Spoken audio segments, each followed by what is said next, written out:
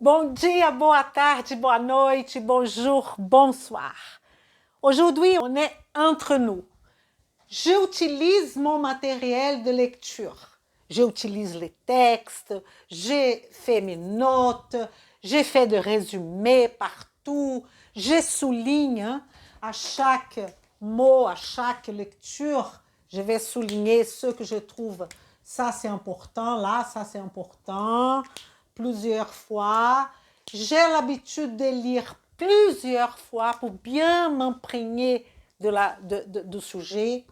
J'ai étudié un sujet à fond et avant de passer à un autre sujet. J'ai étudié mon sujet, j'ai fait tous les exercices. Vous êtes cette personne-là? Alors, vous ne savez pas du tout étudier. Vem comigo? Vem comigo!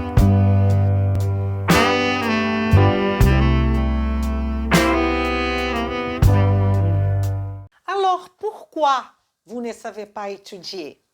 Il faut bien dire que ça vient de mon expérience en tant qu'étudiante et par mon expérience de 20 ans en tant que professeur. D'accord? Donc, je ne veux pas être la dame de la vérité, mais c'est ça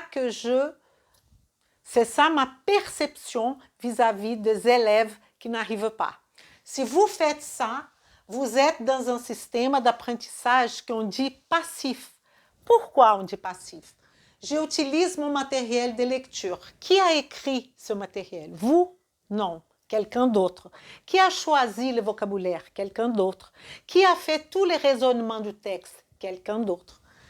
Je mets note. Note, c'est tout simplement prendre ce que l'autre a fait et on répète d'une façon plus simple. La même chose pour les résumés. Donc, c'est effectivement un apprentissage passif. Je souligne à chaque lecture, ok, mais souligner, ce n'est pas vous qui avez produit activement ce texte. Après, j'ai l'habitude de lire plusieurs fois. Qu'est-ce que ça va donner cette lecture plusieurs fois? Un gaspillage de temps, tout simplement. Vous gaspillez le peu ou le beaucoup de temps que vous avez pour réussir. Ce n'est pas pour étudier, pour réussir. On va dire comme ça.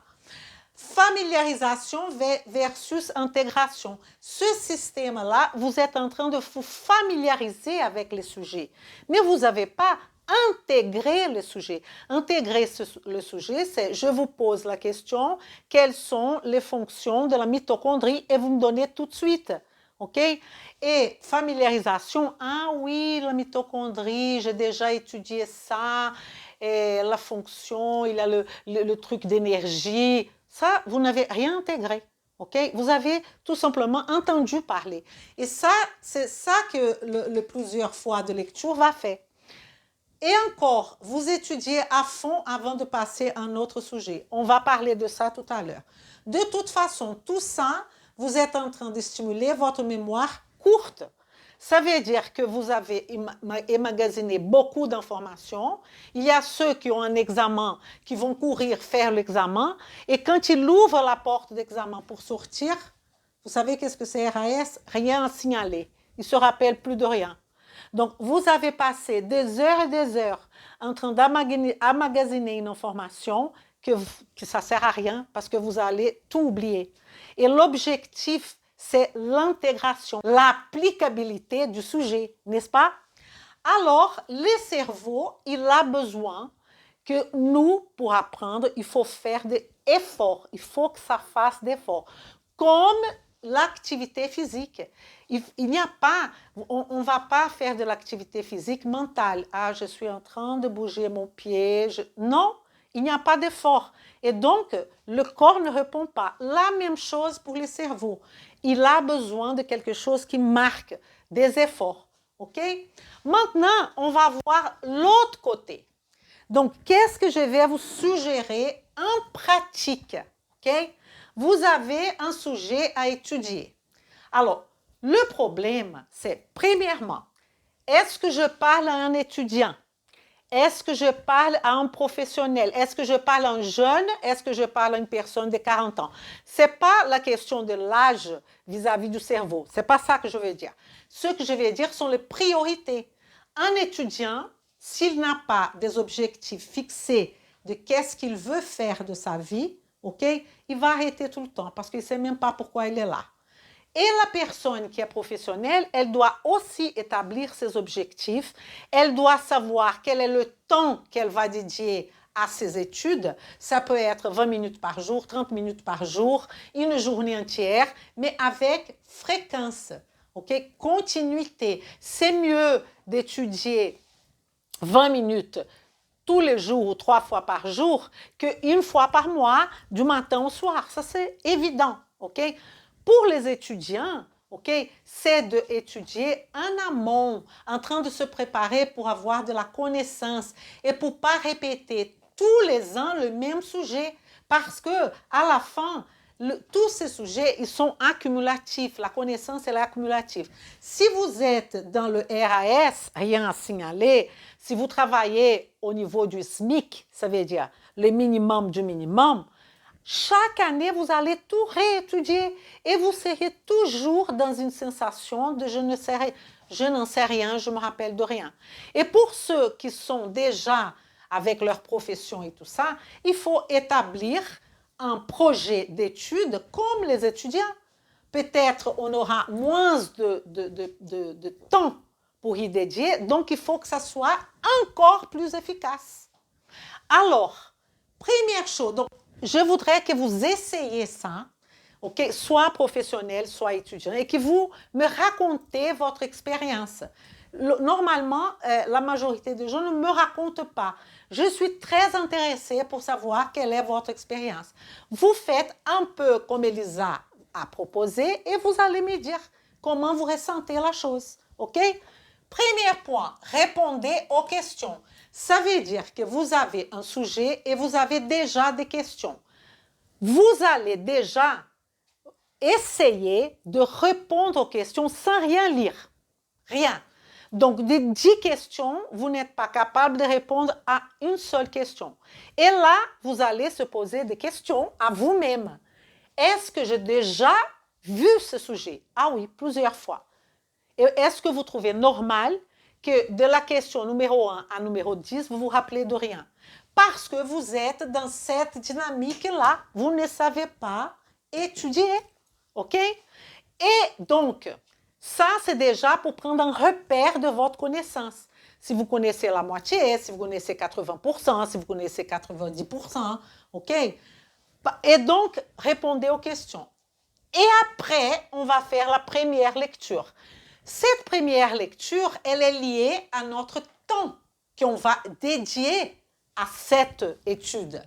Parce que si vous avez un amont dans la semaine, vous allez programmer. Je vais étudier 3 heures par jour. Je vais étudier 20 minutes par jour.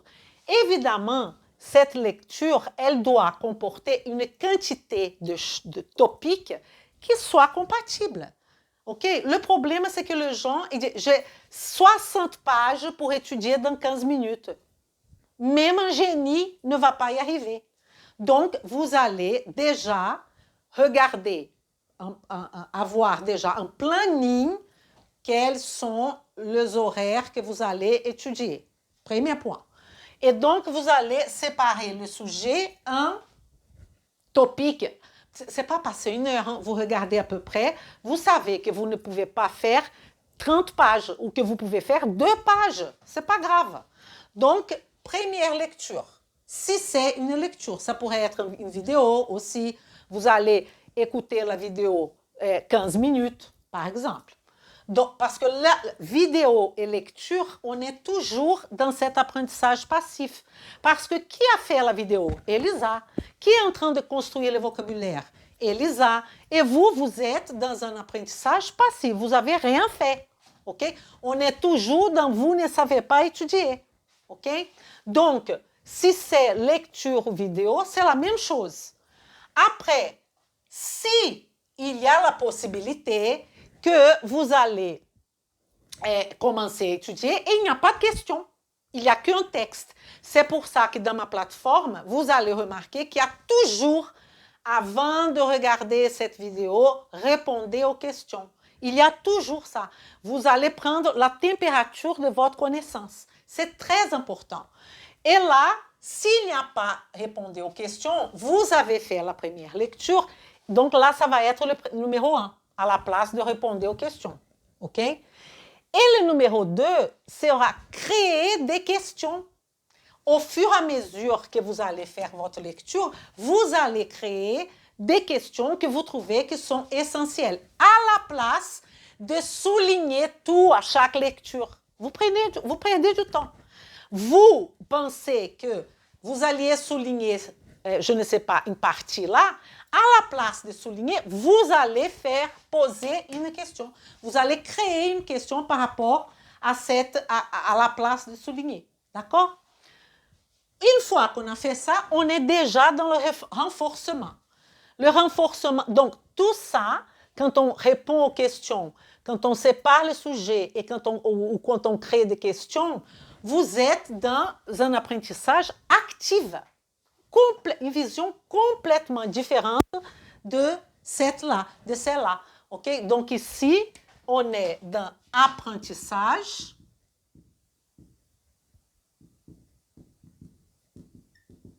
Tout simplement. Je vais mettre en rouge pour que ça soit bien clair.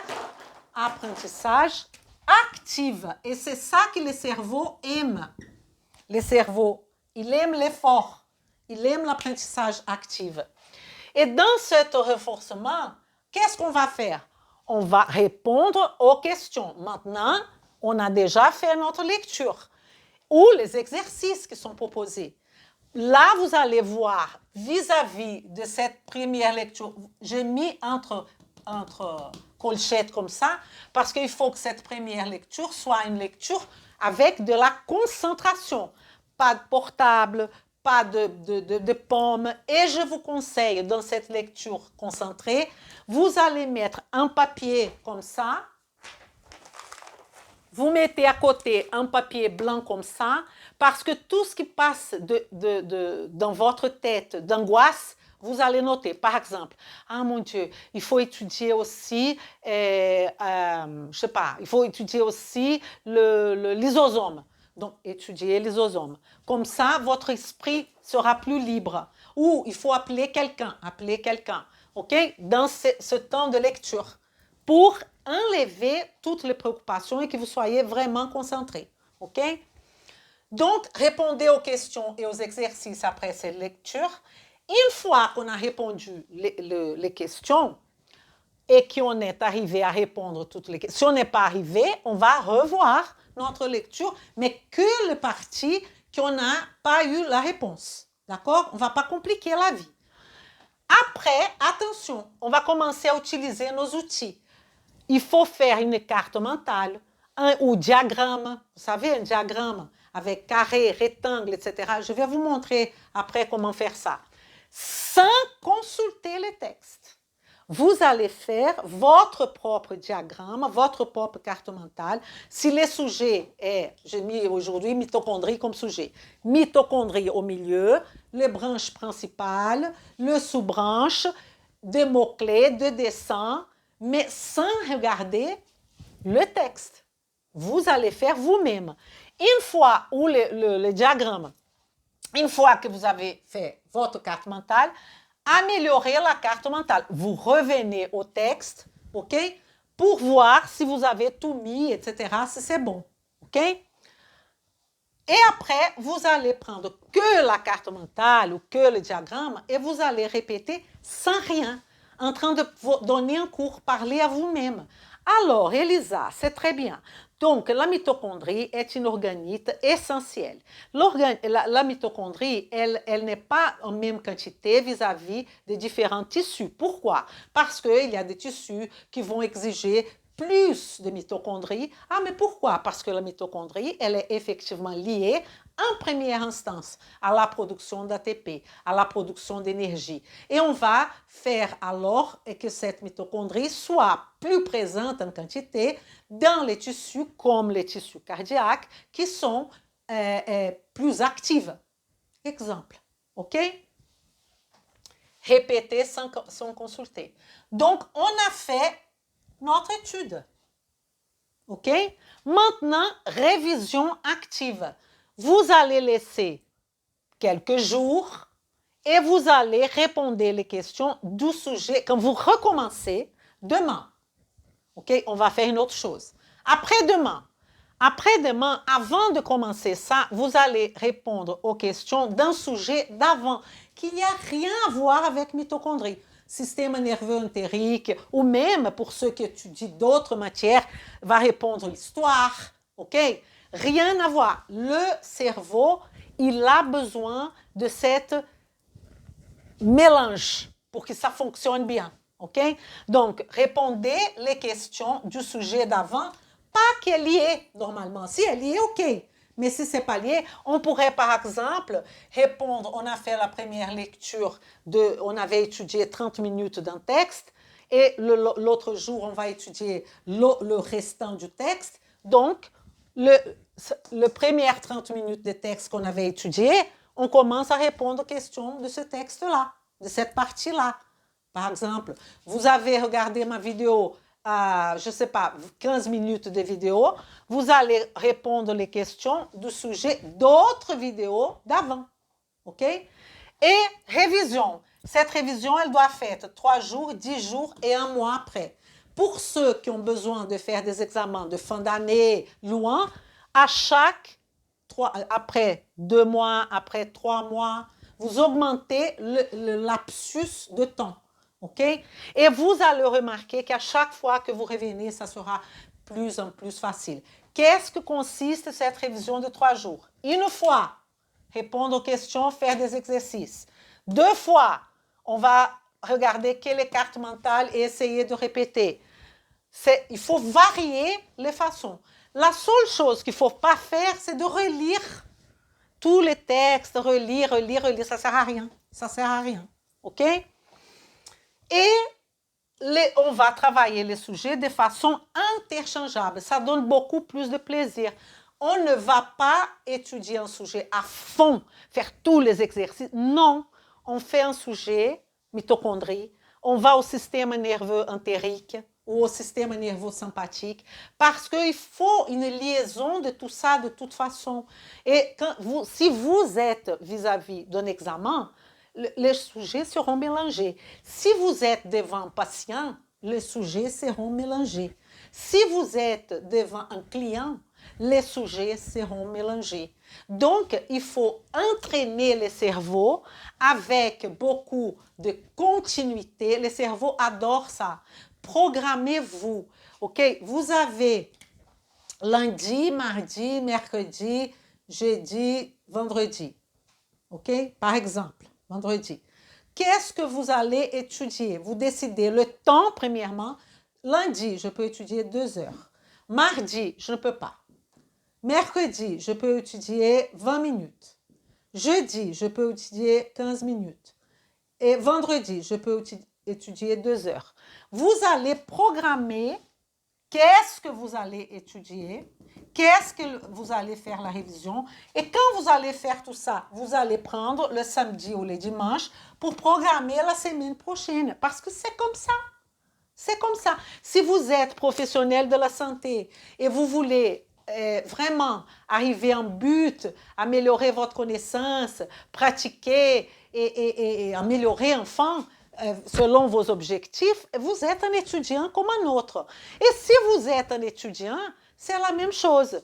Je ne sais pas pour ceux qui n'ont pas regardé la vidéo, il y a toujours qui je suis, où j'y vais, comment je me communique avec le monde, est-ce que j'écoute bien les idées et après je vais agir. OK? C'est ça la dynamique.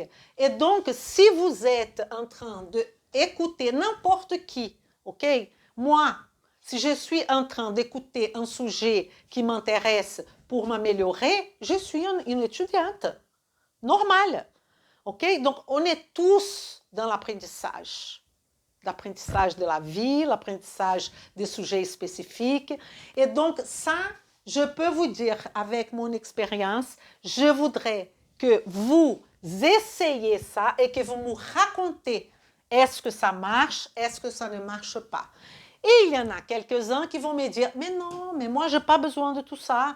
j'ai réussi, je me rappelle de tout. Quand j'ai fait répondre aux questions, alors j'ai rien à dire. Continuez votre sistema, il est parfait pour vous, ok? Vem comigo. Vem comigo.